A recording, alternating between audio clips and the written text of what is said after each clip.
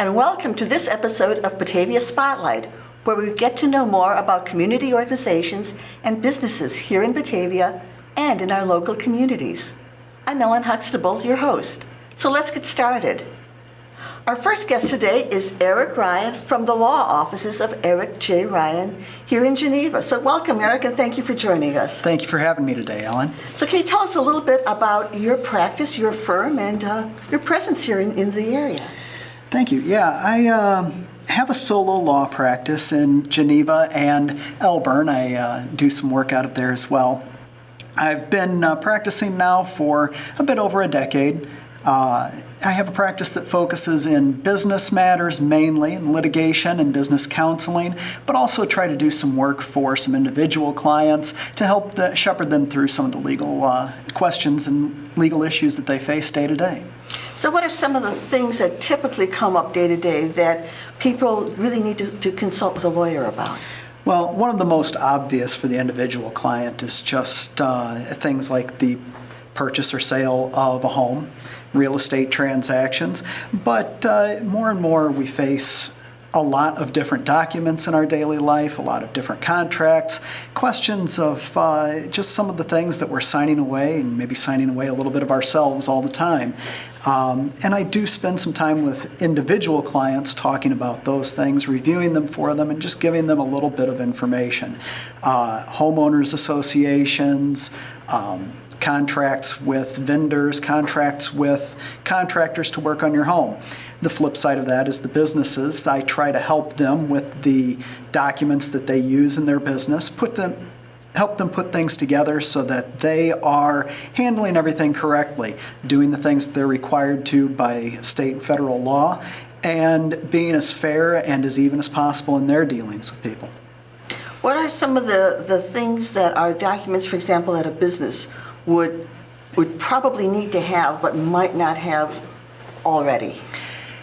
The best example I have of that right now is a contractor doing work for an individual in a home.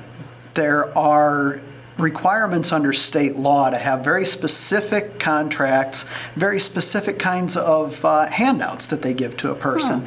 And many small contractors just don't even realize that they're supposed to do this. They are technically violating the law every day, and when they do run into a problem, when they haven't been paid, it can cause some real difficulty in getting paid for the work that they've done, even though they've done fantastic work.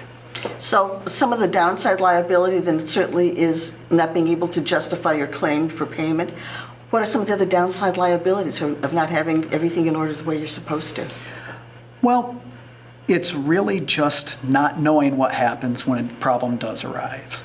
Most people want to go through life thinking about just things going correctly. Everything's going to be done the way it's supposed to be, and there's not going to be any problem. And thankfully, often things go that way. But when those problems do arise, they just become a lot more costly and a lot more difficult to deal with when things haven't been done right up front. Somebody who's contracting for work on their home, contracting for making a large purchase, dealing with a homeowners association. When they haven't done things correctly up front and the problem does come up, that's when I come in as a litigator and I'm involved in the case, and things get a lot more expensive. I much prefer to sit down with somebody beforehand and help them avoid the problem. Sometimes you can't avoid that. Sometimes the litigation does happen. If everything's been done right up front, at least it's not as costly, we hope. So regardless of which side of the equation you're on, for example, whether you're the homeowner or the contractor doing the work, or whether you're the business or the purchaser of goods or services, if it's a major size purchase or something that's new or something that's a little bit complex, it probably is worthwhile then to at least touch base with somebody that's a lawyer that knows what some of the pitfalls are going to be before you fall into them? I think so, Ellen, and that's something that I've tried to create with my solo practice. I've only been solo for a couple of years because I wanted to go out and try to do something a little bit different with it. And my main goal in doing that is to sit down with somebody and work out something that makes sense for them, whether it's a business or an individual. not be billing at a high hourly rate, not charge them like a traditional attorney might, but work out what it is that they're doing, what their goal is, and what's going to make sense for their bottom line, and try to help shepherd them through that a little bit. So it sounds like your goal is to help them on an ongoing basis, to help people avoid trouble and not get into trouble. Absolutely. And obviously the idea is for you to get a relationship going with people before they are in a crisis mode or near that, because from what you're saying, it's better to avoid trouble than to try to get out of it later. Absolutely. It's my ideal to have a relationship with somebody that they know they can pick up the phone, talk to me for a few minutes. Especially my business clients do that quite a lot, and I've tried to get a few others into that mode of thinking that they can call me and just discuss what's going on and get an idea of what they might need to do. Okay. So how can people find you, contact you, call you? How can people get in touch with you? Well, I have a website at www.ericjryanesq.com. They can also call me at 630-492-0511. Excellent. Well, Eric, thank you so much for sharing with us some tips and some pointers. And we hope that everybody does have an opportunity to think this through, find out what they should be doing, and avoid trouble. And if they do get into trouble, to call you, or if they want to try to avoid trouble, to call you earlier. Absolutely. Thanks so much, Eric. Good seeing you. Thank you very much, Ellen. You too. And now we'll take a brief time out to hear from some of our sponsors. We'll be back in a moment. Downtown Batavia, always moving by nature. Recreation. Nature. The arts. Specialty shops. Restaurants and services. Downtown is everyone's neighborhood. Come, celebrate. Meet friends. Unwind. See you downtown. The King County Chronicle is your best source for news and information in print and online in the Tri-Cities and Caneland. This is Chronicle Country. This is Chronicle Country. This is Chronicle Country. This is Chronicle Country. This is Chronicle Country. Hi, I'm Tom Wangler, President of Confident Air. Regular maintenance can prolong the life of your furnace and keep your energy costs to a minimum. Plus, there's less of a chance of a breakdown on a cold winter night. Your furnace needs proper care and attention to keep it running smoothly, so you don't end up paying too much for heating during the cold winter months, or worse yet, with deadly carbon monoxide poisoning. We recommend an annual inspection to ensure safe operation. Confident Air, your trusted home comfort professionals since 1992.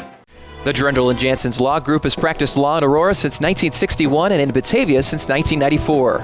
We focus our energy on representing people and businesses and families in the local community. We represent clients in Kane and surrounding counties in matters ranging from divorce to wills, business law to zoning.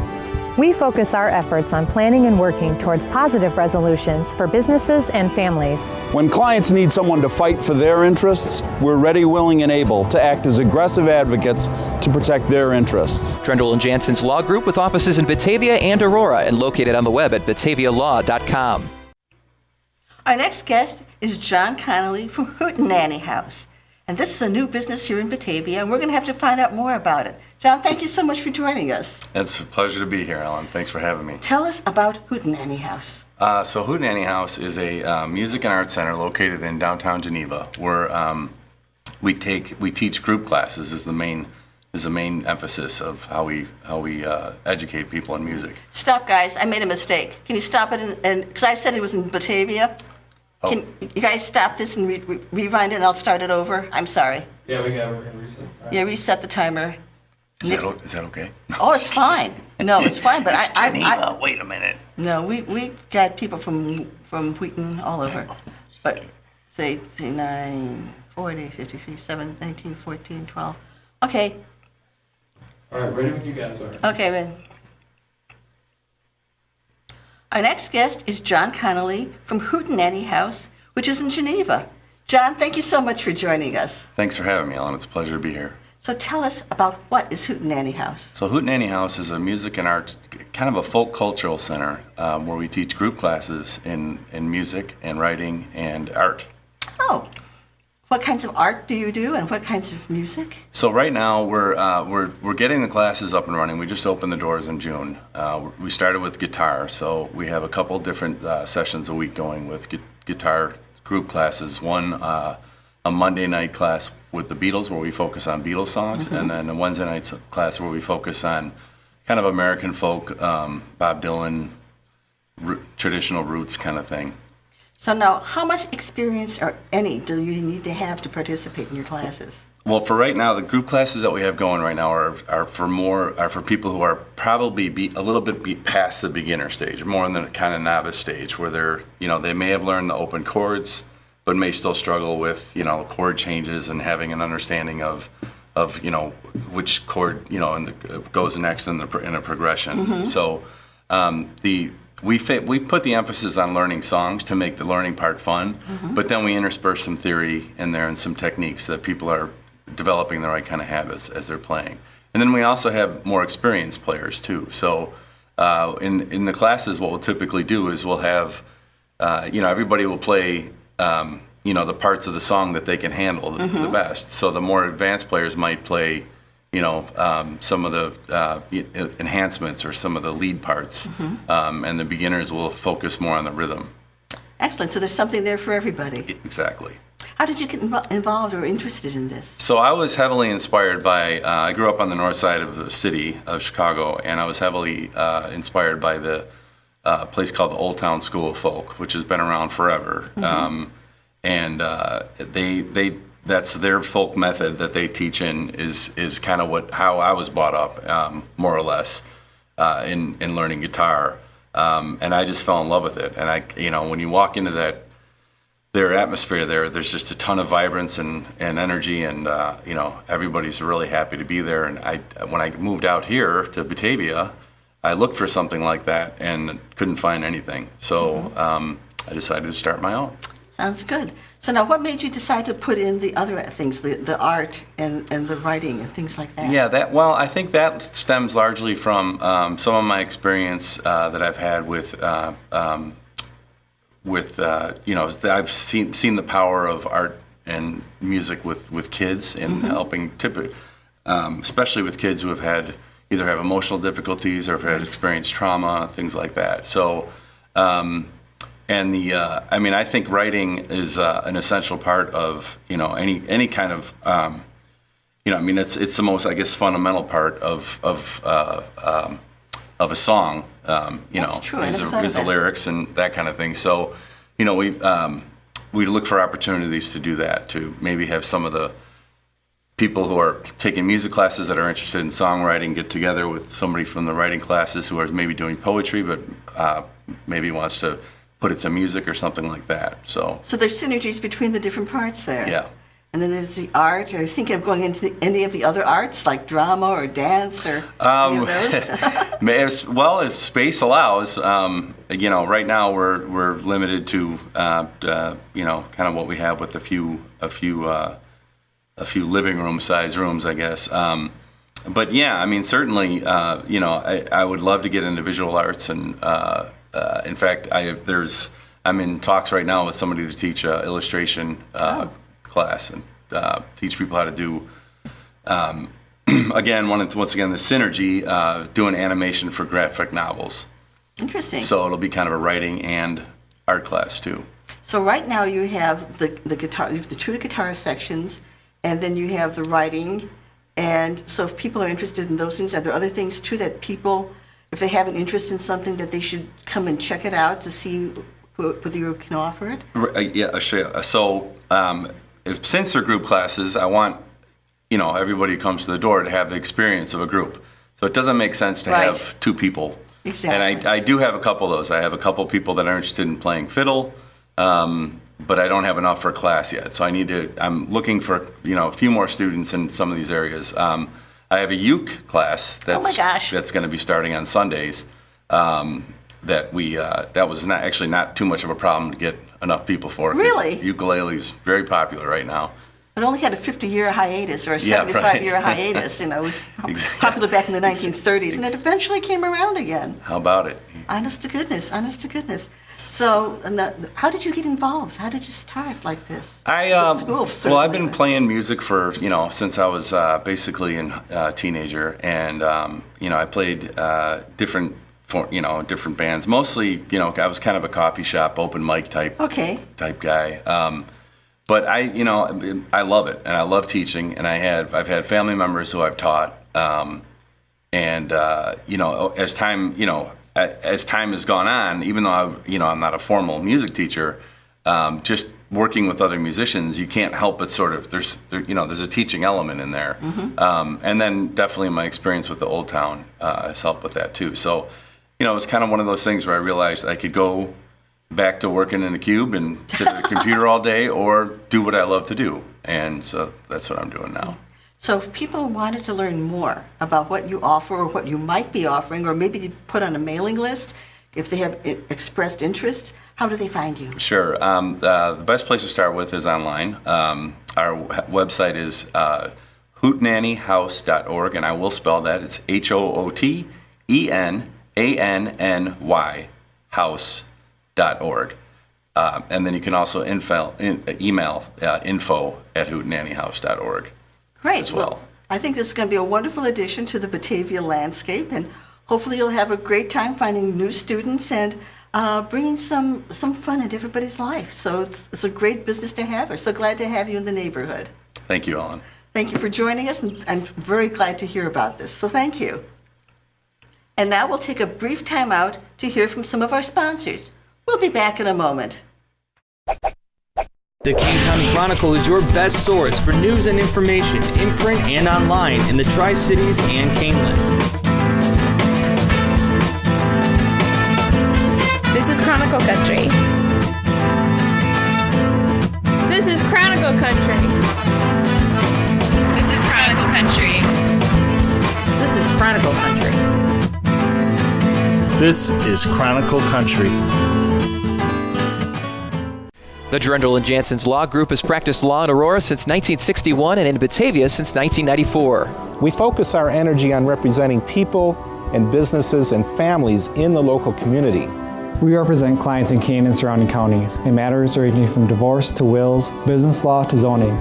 We focus our efforts on planning and working towards positive resolutions for businesses and families. When clients need someone to fight for their interests, we're ready, willing, and able to act as aggressive advocates to protect their interests. Drendel and Jansen's Law Group with offices in Batavia and Aurora and located on the web at batavialaw.com. Downtown Batavia, always moving by nature. Recreation. Nature. The arts. Specialty shops. Restaurants and services. Downtown is everyone's neighborhood. Come, celebrate, meet friends, unwind. See you downtown. Hi, I'm Tom Wangler, President of Confident Air. Regular maintenance can prolong the life of your furnace and keep your energy costs to a minimum. Plus, there's less of a chance of a breakdown on a cold winter night. Your furnace needs proper care and attention to keep it running smoothly, so you don't end up paying too much for heating during the cold winter months, or worse yet, with deadly carbon monoxide poisoning. We recommend an annual inspection to ensure safe operation. Confident Air, your trusted home comfort professionals since 1992. Welcome to this segment of Batavia Spotlight. Our next guest is Charlene Vickery from Focus Om, which is a yoga studio here in Batavia. Charlene, thank you so much for joining us. Thank you for having me. Well, tell us about Focus Om. Well, at Focus Om, this is actually our second studio. Our first studio is in Brookfield, but we focus on being a lifestyle yoga and a boutique. So we go a little bit further than just doing yoga by teaching classes on taking yoga off your mat and how you can bring yoga and make it part of your everyday lifestyle as well. So how do you make yoga part of your everyday lifestyle? What are some examples? Well, some examples of that would be classes on just mindful meditation, where you can take every moment and make it a a moment for mindfulness for yourself. So we teach a lot of meditation. We teach classes on healing. There's different types of healing arts that we are teaching, which enable you to bring that into your everyday lifestyle.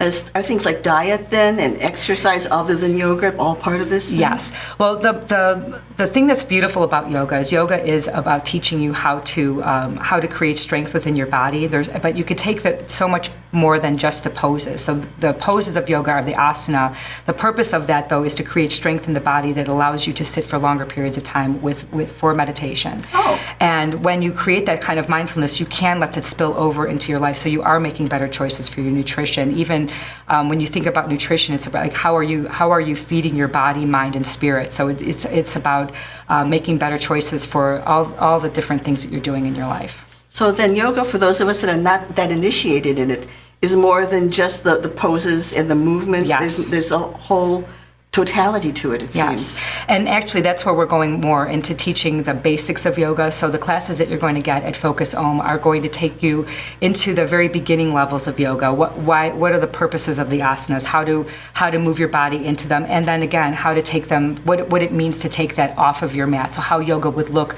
not just sitting on a mat and for fitness, which is wonderful. It's a great fitness, and you can get that a lot of places. But what you're going to get at Focus is a little bit more of an understanding about why we're doing it and the implications it can have for your life as you take it into your daily practices. So what stages of life are good for people to start to thinking about this? I'm sure it's for all ages, but are there certain stages where there's a lot of benefit because of where you are in life? Well, I think that's a really great question because yoga is really for everybody, and that's one of the things we focus on is instead of just focusing on the fitness mindset for yoga, we do have yoga for families.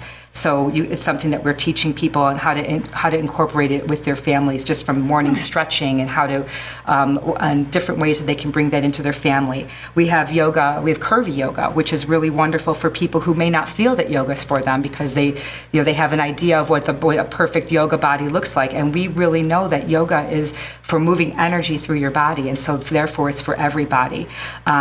We are working with people of all ages and all different levels, and so we really try to have our classes geared towards different levels as opposed to particular types of yoga. It's level 1 yoga or a beginner's yoga for someone who doesn't even know what the names are, doesn't even maybe understand the words that I've been using. Right. You might want to come to a beginner's yoga class where you can actually learn that, where you don't have to come into a class and stand in the back and try to catch up with what everyone else is doing. We'll actually take the time to teach you and break it down so that you understand why you're doing things and not just putting you into positions to have to kind of mimic.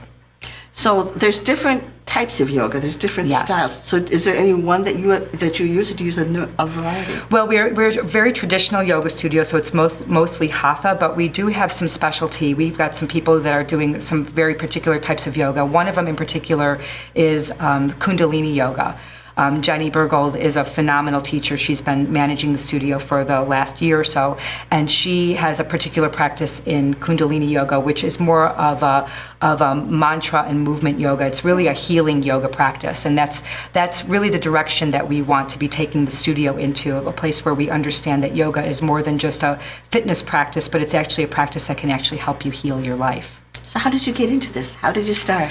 Well, I have been doing yoga for probably about 20 years, and it was mostly just my practice. It actually was more of even like just a spiritual practice for me. It was a place where I was actually able to find a center and find peace within my life.